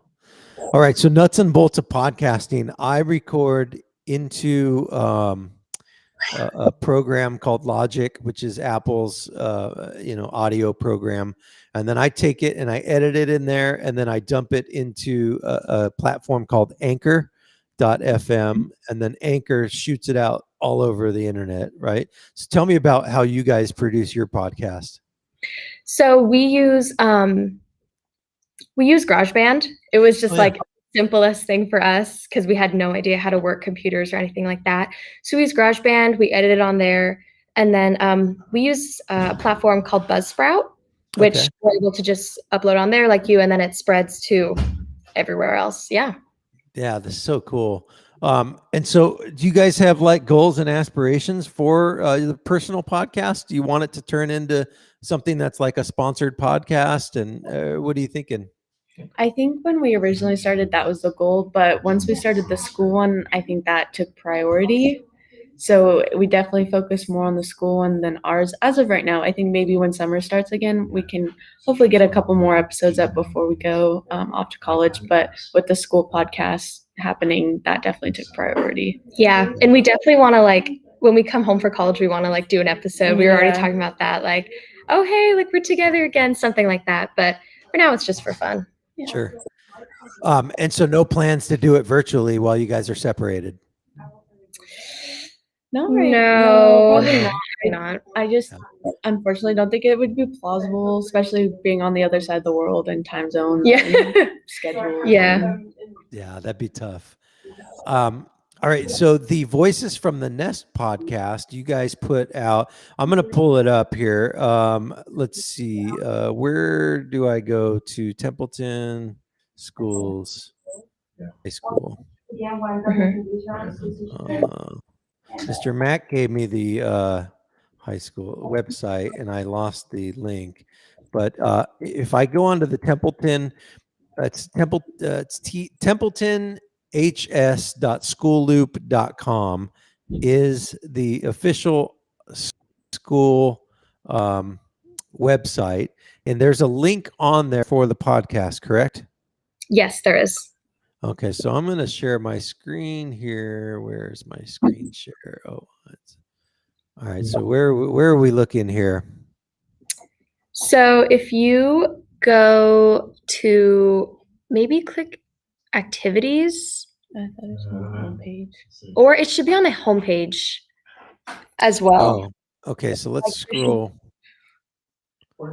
Students and parents. I know I've seen it. I know. I think, yeah, you maybe keep scrolling because I've also seen it on there. I know we did also just recently update and kind of went through and cleaned up our homepage a little bit, so might have got off. Oh, Here's news from the nest. Yeah. not it. Okay, well, Mr. Mac's looking right now, so maybe later we can. I'm sending it to him right now. Oh, he's sending it to you Oh, right he's sending it. Okay, cool. So we're gonna pull that up. But so how often are you guys recording? Around every other week. Okay. Sometimes, obviously with like breaks and stuff, it's a little here and there, but usually every other Friday. Yeah. Okay, and so and you guys launched the school podcast when? I want to say the first week of school. We interviewed Mhm. Mr. Assen, I believe, leading up to the week of school, and then had it out, I think, that first Friday. Yeah, we just wanted to go straight into it. We had already been talking to Mr. Mac over the summer, and we were just like, Ready okay, to get going. yeah. Yeah. And so who else have you had on the podcast? Oh my goodness. We've had So many people. We had Miss Hendrickson. We've had a couple kids from drama, kids from various sports. We've had a lot of people on there. Yeah, just like a whole bunch of students and yeah, like the staff. Oh, that's so cool. Okay, so here's the first edition, came out in August, back to school. And then yeah, you're just putting them out. That's so awesome. So what's the funnest part? I don't know if funnest is funnest even a word? What part is the most fun of the process of doing the podcast for you? For me personally, I do like talking to other people, but I also like when Emma and I get to kind of just banter a little bit. I think because that's what our podcast started off as. So that was, I think that's my favorite thing. I also like interviewing people though. I don't know. Yeah, I like to spend time with Jordan, and I also like to interview people and just kind of get to know some students that I normally wouldn't really see around if we're in different grades, or like Miss Hendrickson, for example. I had never met her or anything like that before we interviewed her, and she's super cool, and yeah, stuff like that. So you guys actually like the part of the podcast experience of actually creating that content. Yeah. And so when you go into planning, or do you know when you turn the mic on what you're going to talk about, or is it just like, hey, what do you want to talk about this week, and go? We usually have a plan, and I don't want to say we script it, but we definitely have like bullet points of what we want to talk about and what we, want to hit and what we want to avoid. And yeah. So we kind of have like a general idea. Yeah. For me, it's always been like being in front of a microphone and speaking. It's always been a form of therapy for me. I just absolutely love it because audio as a way to tell stories is just a fascinating thing. And so podcasting with one of your best friends is like a dream come true. That's an awesome experience that you guys get to share together, right? Yeah, 100%. It's so nice. And it definitely is like therapeutic, because I think after we finish, we're always like, oh my God, like I forgot. Sometimes you forget in between how much you love doing it, but you always have fun.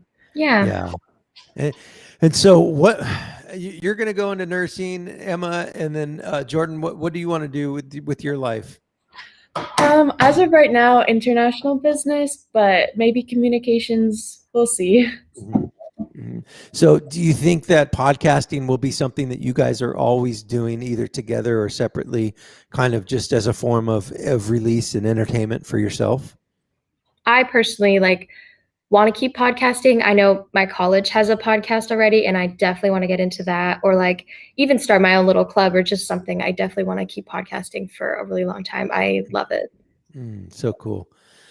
Have you guys listened to the podcast about the Kristen Smart case? Not to get super dark and sad, but from a production standpoint, that guy he's a masterful storyteller, and The way he put together each of those episodes is phenomenal, right? Yeah, I I mean, can't. Yeah, Emma and I love that podcast. Yeah, and it's amazing. I mean, his use of sounds and the story arc of each episode, and then just all of it put together is one of the most beautifully done podcasts I've ever listened to. Yeah, I'm trying to get that guy on the show too, because he's local. He's from Santa Maria. And and not so much to talk about the content of his podcast, but more to just understand his process, because he's got it. It's an art, right? Yeah, it's amazing. I remember I was like, Jordan, you need to listen to this podcast. And we listened to it on a drive to I think it was LA. Yeah, we had a road trip, and it was right after we started, kind of. So we were really into podcasts and trying to, learn and listen to other people's, and it was phenomenal. Yeah. What are some of your other favorite podcasts? So I think ours together would probably be In Your Own Backyard, Yeah. the Quick and Smart one. And then I really like Crime Junkie. I love true crime. So Crime Junkie for me, for sure. I like Crime Junkie too. I like the TED Talks too. They have just short podcasts, which are almost pretty much the same as just a normal TED Talk, but you can just find them on Spotify, those are nice to listen to as well. Mhm. Yeah. Now, how about Joe Rogan? Do you guys listen to the king of podcasts? I've listened to a couple. My dad loves him. So I've definitely heard him in the background, and yeah, I've listened to a couple of his, and he's pretty good. All the old dads like him. Yeah. That's such a dad podcast. It totally is. Yeah. So when I was 19 years old, I worked at a radio station in Los Angeles, and I was a producer of a show that had a guy that hosted it, had all these comedians coming in all the time to talk. And, talk shows on the radio are kind of like podcasts. But one of our guests we had on was Joe Rogan, and that was his first experience in front of a microphone, hosting. And then the regular host would go on vacation, and Joe Rogan would come in and guest host the show. And so that's a cool part of history for me to think back to when Joe Rogan got his start. Right. So that's awesome. I would be bragging about that every single day. But it's so cool. His podcast has been going on for 10 years. And his goal when he started was just for him and his buddy to have a good time. And they never promoted it. They never got sponsors. They never did any of that. It was just them turning on the mic and going. And it's turned into this thing that's just such a cultural phenomenon, right? And dads all over the world love Joe Rogan. So yeah, something to aspire to, I guess, right? Because he's unfiltered. He doesn't pretend to be the smartest guy in the room. He just hosts the conversation and is a great interviewer, right? He is. Yeah, he's really good. So cool. Well, girls, I appreciate you taking the time today. I look forward to listening to upcoming episodes. And anytime you guys want to come on here and promote a new episode, by all means, this is your platform too. We have over 1,000 views of our show every single day. And so, the community is watching and listening to everything that you guys have going on at the school. And obviously your podcast, Voices from the Nest, is something that's super exciting for the community. So here it is. It's on Spotify. This is the Spotify link. You can just go to Spotify and search for Voices from the Nest. It's Emma Lawrence and Jordan Gall. How do you pronounce your last name, Jordan? Gallus. Gallus. Okay. Jordan Gallus and Emma Lawrence, Voices from the Nest. Well, thanks so much, girls, for being on today. Yeah, thanks for having us. Thank you so much. Yeah, we really All right. You guys have a good one. Bye. You too. See ya. All right, so those are the hosts of Voices from the Nest, Jordan and Emma. It's the Templeton High School sponsored podcast that really does a deep dive into all things Templeton High School. It's really cool.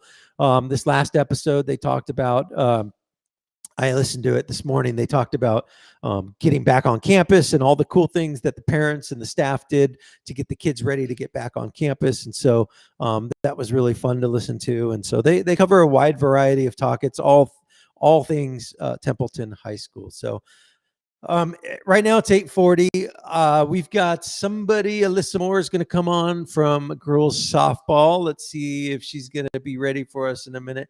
I've got to clear my throat. Excuse me. I muted myself so I could cough. Emma is in the, or Alyssa's in the chat room. I got Emma Moore, Alyssa Moore. I got so many Moores and everything. So Alyssa, how are you? I'm good. How are you? I'm good. So what's it like being back on the, in baseball, we called it the mound or the bump. What do you call it in softball? The mound. The mound? Yeah. But it's not a mound. It isn't. What? Right? Because isn't a mound kind of like this and softball's flat? Well, yeah, but like the little rubber, we just call it a mound. Well, we call that the rubber. Okay. So you're back on the mound. You came in, you had 3 strikeouts in 3 innings yesterday. Mhm. Are you left-handed or right-handed? Does it matter in softball? I throw right-handed, but I hit left-handed. Okay. Do you hit right-handed too? No. No. When I was younger, my dad like trained me to hit left-handed, even though I was right-handed. So I just have always been hitting left-handed. Okay. Awesome. All right. So you're back out there. You're a sophomore. Mhm. And this is your first year on varsity, or were you on varsity last year? I was on varsity last year too. Okay. And so what was the season like last year? You guys had a short season, obviously. But did you have a good season last year? Well, we started off kind of like rocky last year, but I think near when we got shut down, we were starting to like play more as a team. So that kind of sucked with the whole COVID. But this year, I think we are like coming back strong, and I don't know. I think we have really good chemistry on our team this year. Good. That's cool. And so how many pitchers is everyone pitch, or is it just like 3 or 4 of you? On varsity, I think there's just 2 of us, me and Charlotte. Wow. So Yeah. you guys are really going to get a lot of innings. Mm-hmm. Okay. And so she did 4 innings and you did 3 yesterday? Yeah. Okay. And is that pretty typical, or do you guys kind of switch back and forth who's starting? It just depends on the game and how it's going. Like, she can pitch a full game. I could pitch a full game. We could do what we did yesterday. Mhm. It just depends on how we're doing in the game. And so how many different positions are you playing besides pitcher? I'm also playing second and a little bit of like outfield, center. Okay. All right. And so do you have different gloves for each position or different mitts? No, I just use one glove for everything. Yeah. Like, a lot of people on my team have like different gloves for like outfield and infield, but I just use the same one.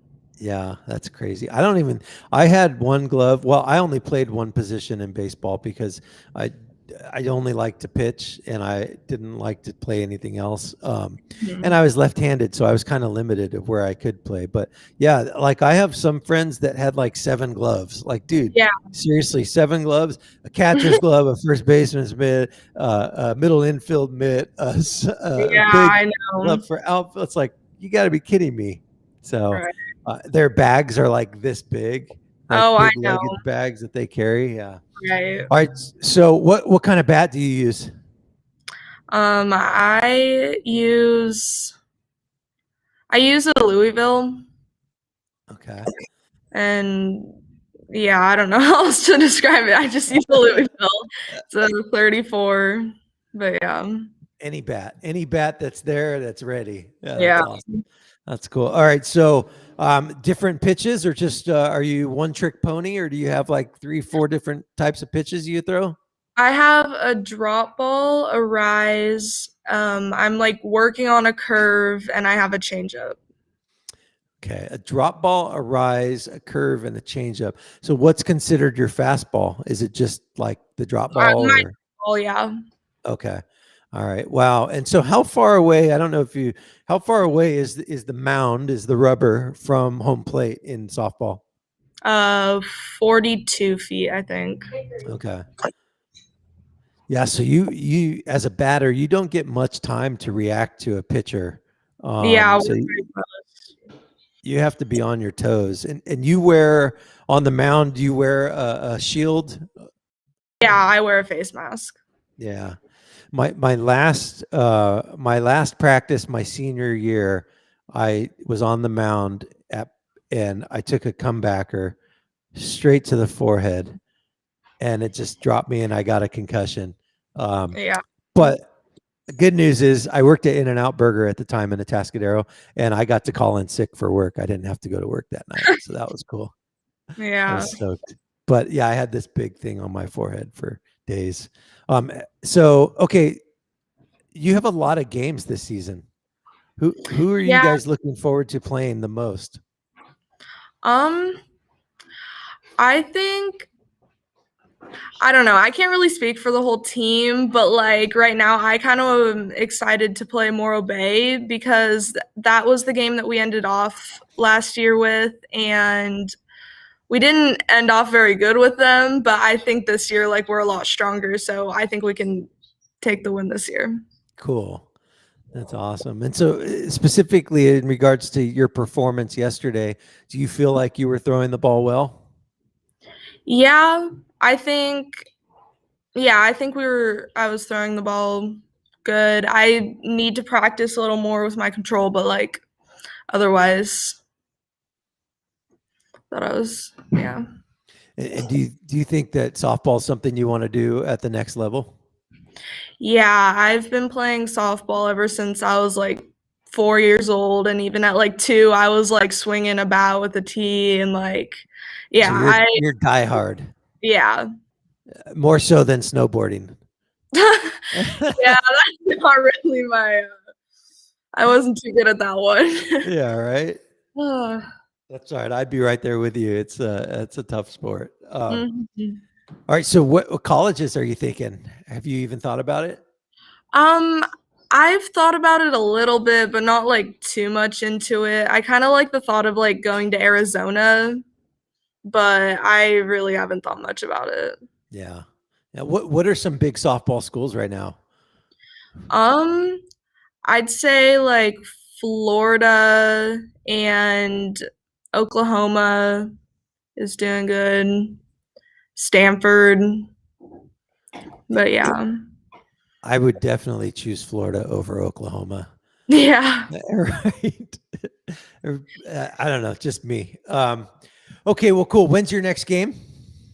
Next Wednesday. And who do you play? I think we're playing Napomo. Okay. Let's see. Mr. Mack sent me a note. Saturday's softball game got canceled, so the girls' next game is Napomo next Wednesday. Yeah, there it is. Now, why did it get canceled? Do we know? Is it a COVID thing? No, I think the other team just said they weren't. Sorry, the other team said they weren't ready. Oh, that's a bummer. I know. Maybe they heard about how you guys did. They're all like, we need to back off. Yeah, exactly. That's awesome. Well, cool. We will keep rooting you on, Alyssa. And I think we're going to get to a spot where we can go watch you guys in person at some point. And then also it's going to be live streamed. So we will continue to cheer for your team, and good luck this year. And come back on anytime and talk about what's going on and how the team's doing. Okay. Okay, I will. Thank you. All right. Thanks, Alyssa. We'll talk to you. See Bye. ya. All right, that's sophomore varsity pitcher Alyssa Moore, who represents Templeton High School girls softball, and she had a great outing yesterday on the mound. Apparently, they call it a mound in softball as well. She had a good outing, and she went 3 innings with 3 strikeouts. And so, congratulations to Templeton girls softball for kicking some butt yesterday.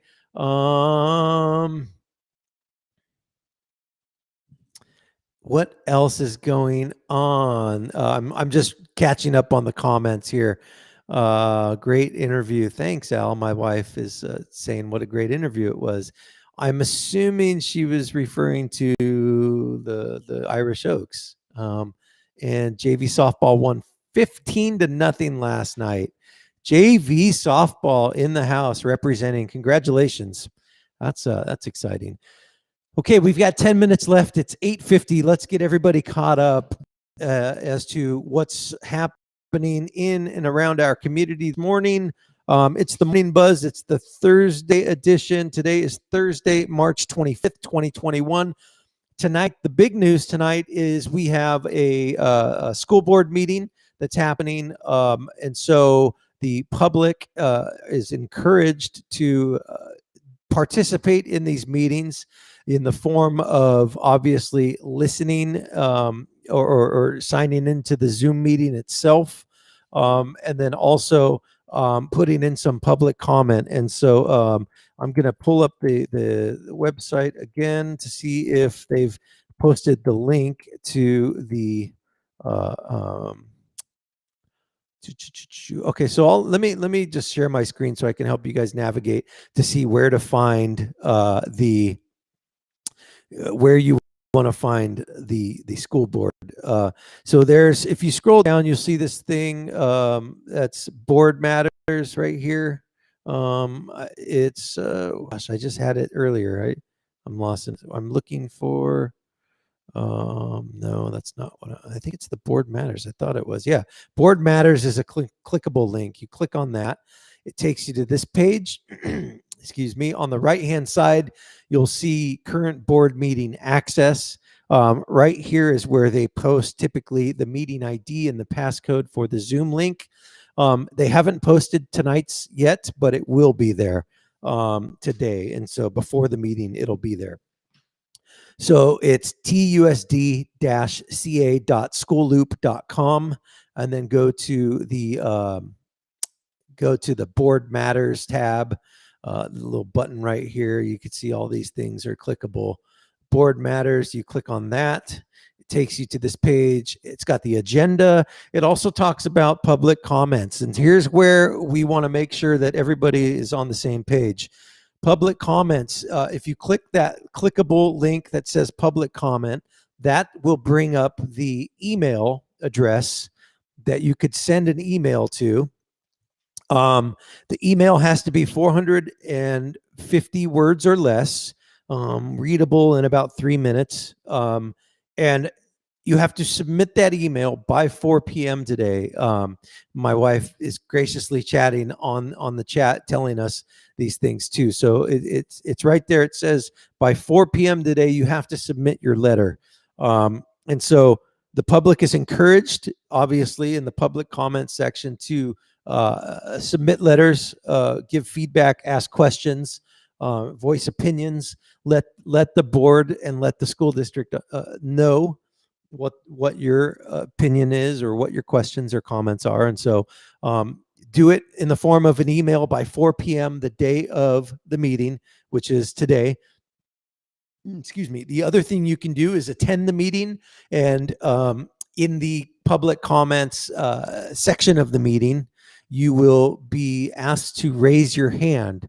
And it's not, this is where people get confused, because I watch these Zoom meetings and people are on their screen raising their hand, and they don't get seen because that's not how you raise your hand on a Zoom meeting. Apparently, there's a button that you click to raise your hand. And so make sure you look on your screen.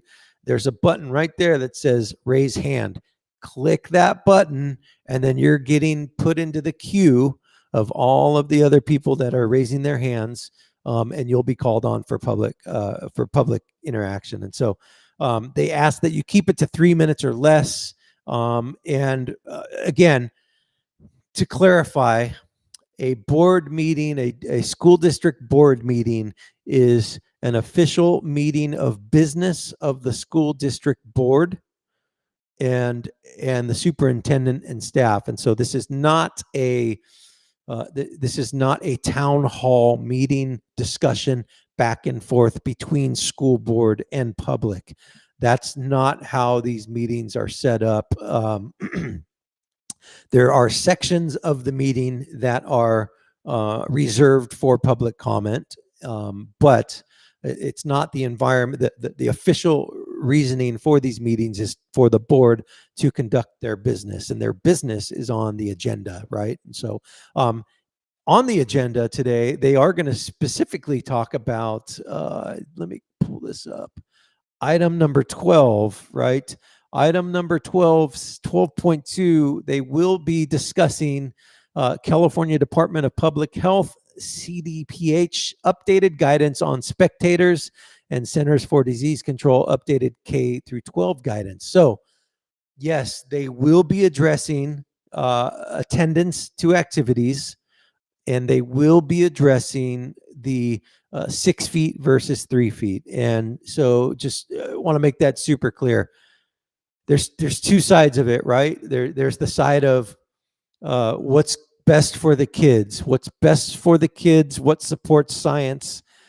The kids' mental health, they need structure, they need in-person interaction, they need the in-school activities, they need all of these things for their mental health, for their education, to thrive, all of those things. And then the science that supports that shows that kids obviously aren't as much of at risk as other at-risk people, right? So there's that side of the argument. The other side of the argument is, how do we just maintain some type of consistency for the rest of the school year so we can plan better for long term?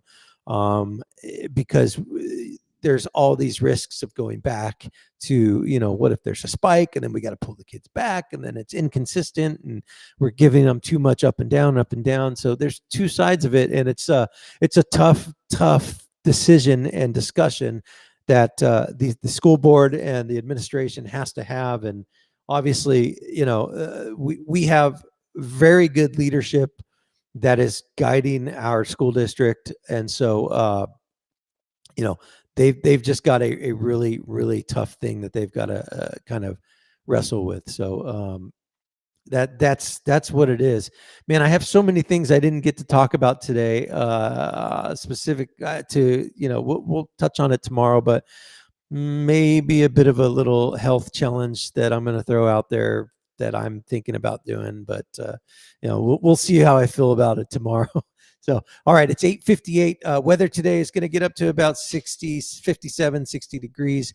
It's cloud cover right now. Most of the day is cloud cover. Winds out of the southwest, 2 to 3 miles an hour. Sun setting at 7:18. 10% chance of rain. Let's hope we don't get it. Now let's check in with Mr. Anthony Reed, Paso Robles incidents and actions. Good morning, Anthony. Again, how are you? Doing well. Fantastic. Okay, so let's see here. You put a link there. Sound off Tuesday. What happened? So that was an interview that KPRL did with Ian Parkinson, the SLO County Sheriff. They have him on there like probably once or twice a month. And on there, he was asked about the Kristen Smart case and the search warrants that took place last week. I'm not going to get into it a whole bunch because I know we're running out of time, but just hit that interview, and it's a good interview, so you should listen to it. Yeah, I'm gonna. So the link is in the chat. Ian Parkinson does a great job representing our county and our community. And then KPRL, another. In 1980, my family moved to Paso Robles because my dad got a job at KPRL, and so I literally grew up in the studio at KPRL as a little kid. I have a lot of respect for what Kevin and Dick do over there. They run their station a certain way and aren't afraid to do that. And so respect for them, whether you agree with opinions or not. KPRL has done a good job over the years of making sure that they are a voice in the community. So that's cool that they had him on Sound Off. I definitely will listen to that interview. Okay. Yep. Roadways clear? Yeah, everything is clear. CHP is doing assistance with routine maintenance along the highway between Templeton and Santa Maria. So no other things to report other than that. That's great. That's awesome. Okay, cool. I'm gonna see here if I can take us out with a little Aretha. Let me see if I can get her up. What happened with her? I lost Aretha. Sorry, I'm trying to do two things at once. No There problem. she is. Looking out There she is. on the morning rain. Happy birthday to Aretha Franklin, I used to feel born this so day inspired. in 1942, March 25th. And so And when uh, I knew the Queen I had to face of Soul, another Aretha day. Franklin, put this song out in 1967. It was her first album with Atlantic Records. It was one of her 2 top 10 singles on that album in 1967. And of course, the rest is history. We know her as the Queen of Soul. So happy birthday, Miss Aretha Franklin. Happy Thursday to everybody here in the North County. We just thank you so much for joining us. Anthony, thank you for coming on today and giving us the Sure. updates. And we will see you tomorrow, sir. All right. Take care, everybody. Be well. Be nice to each other.